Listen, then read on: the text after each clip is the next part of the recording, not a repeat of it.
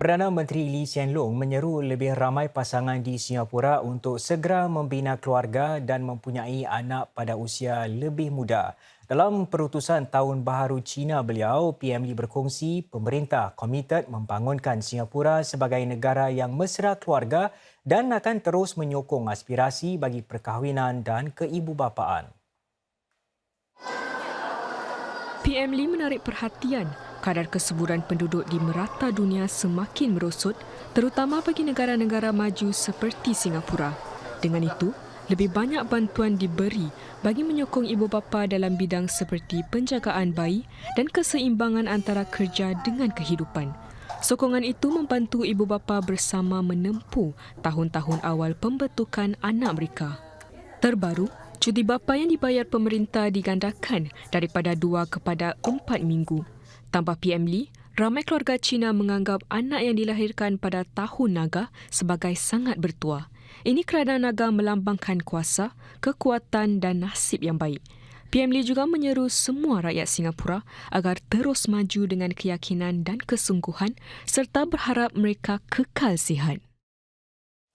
PM Lee turut mendedahkan timbalan Perdana Menteri Lawrence Wong dijangka umumkan lebih banyak sokongan bagi keluarga muda dan mereka yang ingin mempunyai anak dalam belanjawan minggu depan.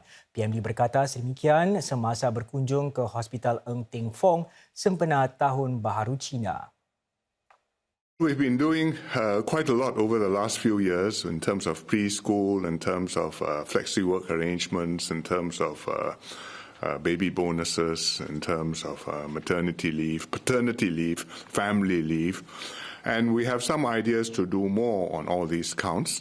I think DPM Lawrence and his team have been working hard at it. We've discussed some of these ideas.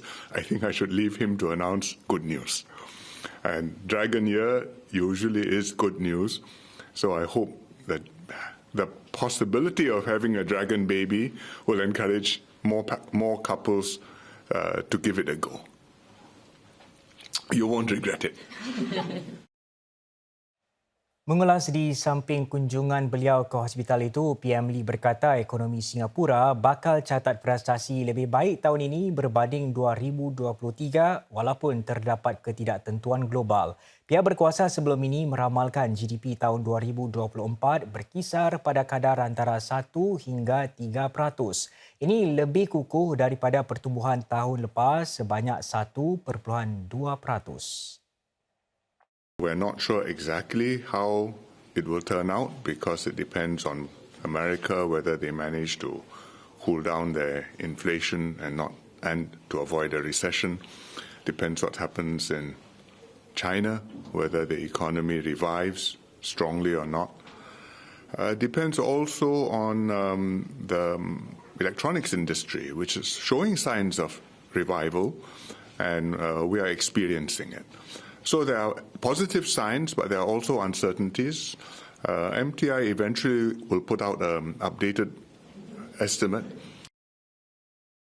Semasa lawatan beliau, PM Lee beramal mesra dengan 60 pekerja jagaan kesihatan dan mengagihkan pek-pek hadiah Tahun Baharu Cina kepada mereka. Para wakil gerakan buruh turut sama hadir. Mereka diberi penerangan bagaimana pihak hospital memanfaatkan geran NTUC untuk meningkatkan daya pengeluaran dalam pengurusan inventori dan pemantauan tanda-tanda penting tubuh. Ini dapat bantu mengurangkan separuh beban kerja jururawat supaya mereka dapat menjaga pesakit secara langsung. This is one of the small ways I hope NTUC can continue to contribute to different sectors of our economy, including the healthcare sector.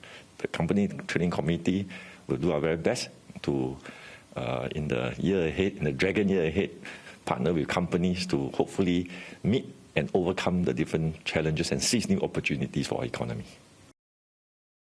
Syarikat-syarikat kecil dan sederhana SME berkata mereka perlukan lebih banyak bantuan kewangan bukan sahaja untuk kekal bertahan tetapi juga untuk berkembang maju. Namun disebabkan kadar faedah yang tinggi, kini menjadi lebih mahal untuk meminjam wang daripada bank. Tanpa wang tunai yang diperlukan, ia mungkin menghalang rancangan SME untuk meluaskan perniagaan mereka. Lebih banyak firma tempatan bakal menghadapi isu pendanaan tahun ini. Demikian menurut tinjauan terbaru Persekutuan Perniagaan Singapura SBF. 11% firma yang ditinjau berkongsi tidak mempunyai simpanan tunai yang mencukupi. Ini 5% mata lebih tinggi berbanding tahun 2022. Untuk syarikat pemula ini, 2023 merupakan tahun yang mencabar bagi mendapatkan modal untuk mengembangkan perniagaannya.